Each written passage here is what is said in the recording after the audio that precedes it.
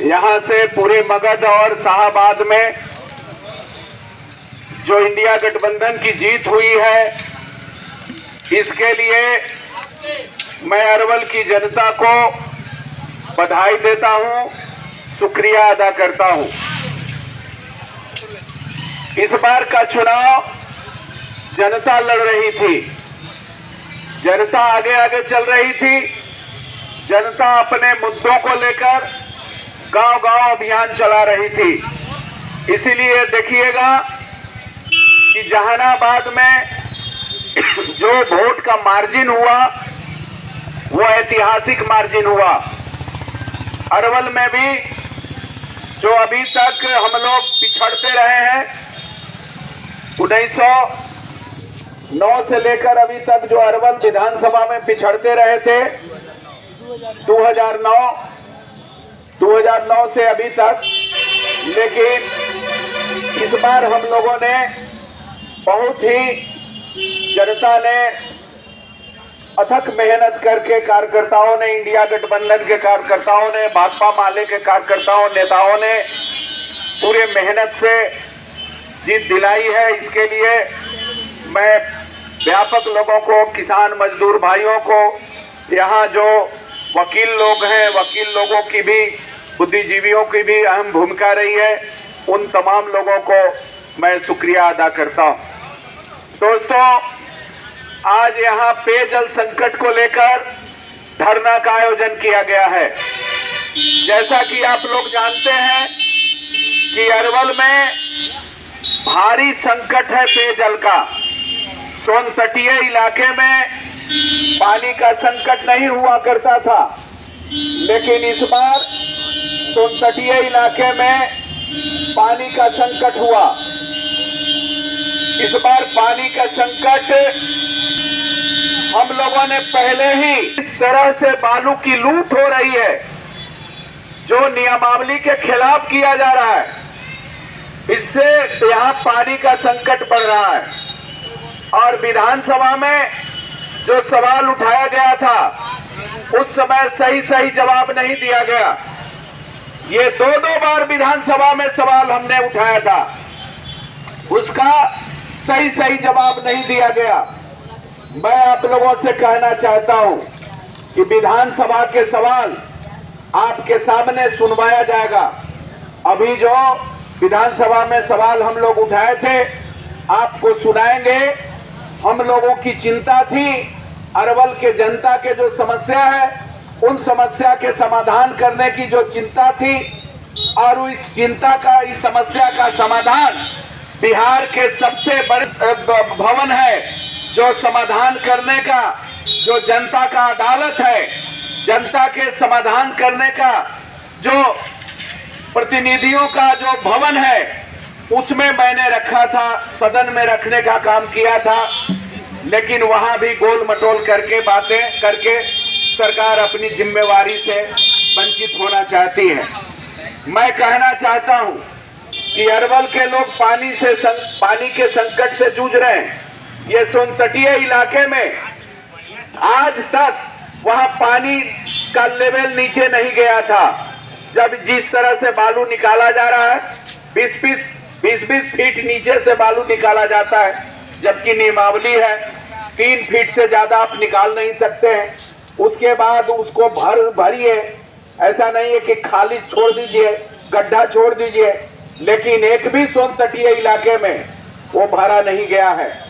और भरा नहीं जाने से अचानक आप जाइएगा, पानी है, भर ठेवना पानी है, कहीं मिल रहा है, अचानक जो है 2 पोरसा पानी में चले गए, 20 फीट पानी में चले गए। इस वजह से कई लोगों की जानें चली गई हैं। सोन तटीय इलाके में कई लोगों की जानें चली गई है। इसका भी मैंने सवाल उठाया था, लेकिन जनता के प्रति सरकार की जो निष्क्रियता रहती है, जनता के प्रति सरकार का जो भाव है, भेदभाव, जनता के प्रति सरकार का सोचने का जो तरीका है, ये इसके प्रति सकारात्मक रुख नहीं है। इसका नतीजा है कि कोई भी समस्या का समाधान नहीं हुआ। कई चीजों के लड़ करके हम लोगों ने, आपने देखा होगा कि नहर का जो उड़ाही हुआ है, कुछ लोग तो कह रहे हैं कि आजादी के बाद जब से नहर बना है, पैरेलल चैनल का उड़ाही कभी भी नहीं हुआ था। पैरेलल चैनल का उड़ाही इस बार हुआ। जब भी विधानसभा सत्र खुलता था तब नहर की उड़ाही के सवाल, मरम्मत करने का सवाल किसी न किसी रूप में हम विधानसभा में उठाते थे। अथक मेहनत करने के बाद ये नहर का कुछ उड़ाही हुआ है। बगल में जो नहर है, 9 नंबर नहर है, उसका उड़ाही किया गया। कई अभी भी सड़कें हैं, उस सड़क को बनवाने के लिए हम लोगों को बहुत ही मशक्कत करना पड़ा। अभी भी आप देख लीजिए कि अरवल के जो बस स्टैंड से लेकर के बैदराबाद तक जो सड़क है, वो सड़क के लिए ये 4 साल, हमको 3 साल लग गया कि ये सड़क किसका है। ये सड़क के लिए न तो नगर परिषद जिम्मेवारी लेता था। 2011 में ये नगर परिषद का गठन हुआ, 11 में ही ना, 11 में गठन हुआ। उसके बाद से वो RWD वाले लोग कहे कि ये मेरा सड़क नहीं है, ये सड़क में अब नगर परिषद बनाएंगे। इस वजह से न तो विभाग के द्वारा ये सड़क निर्माण वाले जो विभाग हैं उससे वंचित रह गए और नगर परिषद वाले से भी वंचित रह गया।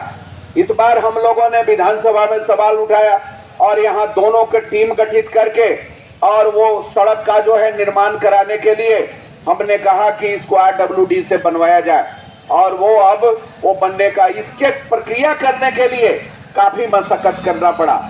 ये है यहाँ के ब्यूरोक्रेसी कितना तानाशाह हो गया है। ये नीतीश जी के राज में, 20 साल के राज में यदि कुछ बदलाव हुआ है, कुछ ये डेवलपमेंट हुआ है, कुछ विकास हुआ है, तो नौकरशाहों का मनोबल बढ़ा है। नौकरशाह जो मन में आए लूट ले रहे हैं। ये शिक्षा विभाग सामने है, ये शिक्षा विभाग के द्वारा भारी लूट हुआ है। मैं आपको बताना चाहता हूँ, ये जो डेस्क और बेंच जो बेचा गया है, वो जो खरीद करके दिया गया है स्कूल में, उसमें भारी पैमाने पर लूट हो गया है।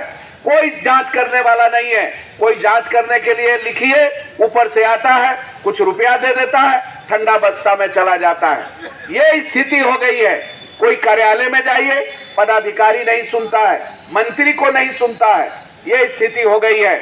इसलिए हम लोग तो यहाँ संघर्ष के बल पर, आंदोलन के बल पर, लाल झंडे के बल पर, संघर्षों के बल पर कुछ जनता का काम करवाते रहे और विधानसभा में सवाल करने के बाद नीचे जमीन पर लागू कराने के लिए भाकपा माले जैसी पार्टी नहीं होती। मैं आप लोगों को बताना चाहता हूं कि ये हम गए, जांच करने के लिए गए। जांच करने के बाद हमने देखा कि भाई कई जगह पर चापाकल तो लग गया है, लेकिन उसका पानी नहीं निकल रहा है, पानी चल ही नहीं रहा है। हवा देने वाला केवल चापाकल लगा दिया गया है। हवा लोग पिएगा, हवा तो पी ही रहा है। ये चापाकल जो पानी के लिए लगाया गया है, उससे पानी नहीं निकल रहा है। खबैनी के कई चापाकल का पता चला। उसके बाद कई जगह जो चापाकल लगाना था, जहां लगाना था गरीब टोला में लगा दिया गया, बाबू साहब के खरिहान में लगा दिया गया। तो ये सब क्या चल रहा है? इसी को लेकर के हम लोगों ने शिकायत किया। शिकायत करने के बाद कि ये सब क्या है, लूट जारी है, ये लूट पर रोक लगाया जाए। तो ये तब हुआ जब भाकपा वाले ने ये ऐलान किया कि इसको लेकर के धरना देंगे। हमने जो इसको लेकर के कहा तो सुन नहीं रहा था, लेकिन जैसे ही धरना की बात कही गई, तुरंत जो है उस पर कार्रवाई करने की तरफ बढ़ गया और जो है प्रक्रिया बढ़ी है कि नहीं, ये उसको जल्दी से लागू कराओ। ये दबाव बनाया गया है। ये पहले नहीं दबाव बनाया जा रहा था। तो आप समझ लीजिए कि भाकपा माले पार्टी है, वो जनप्रतिनिधि के ताकत के रूप में आंदोलन में जब सामने आ जाती है, तो ये भाकपा माले की ही देन है कि पदाधिकारी को भी अंकुश में लगाया जा सकता है। ये आंदोलन की देन है।